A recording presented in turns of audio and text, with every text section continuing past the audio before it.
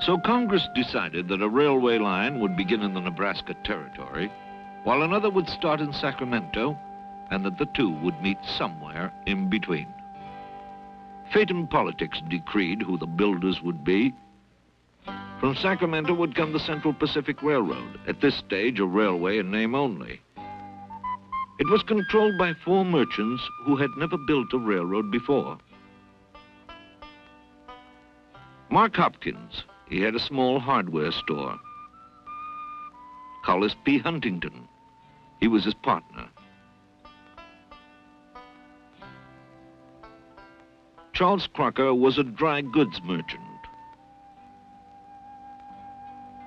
Leland Stanford, sometime governor of California, lawyer and promoter. 1,800 miles away was the Union Pacific, headquartered in Omaha, Nebraska Territory. In 1866, construction began in earnest. It was a mammoth task. Every bit of equipment had to be hauled more than 1,000 miles. Each mile of track required 100 tons of rail, 3 tons of spikes and plates.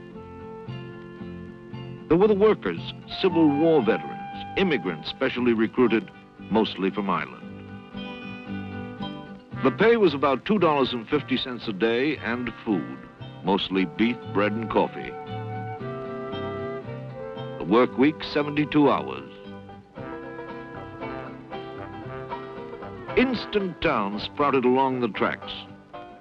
A newspaper reported, "They call them hell on wheels, and they are well named. These men earn their money like horses and spend it like asses. Each house is a saloon, each saloon a gambling hell. Life is the cheapest commodity. I believe there are men who would do murder for $5.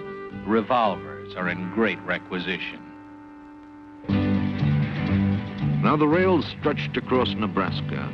Supply trains ran over the rails newly laid. The track advanced at the rate of 1 mile per day. Each mile was a step closer to the end. Each mile put large profits in the pockets of the moneymen.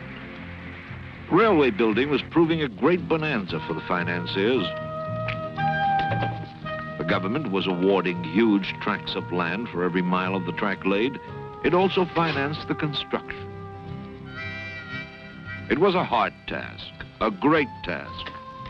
The directors saw no reason why it should not also be most profitable. So while they manipulated the money, the Gandy dancers built the trestles and laid the rails.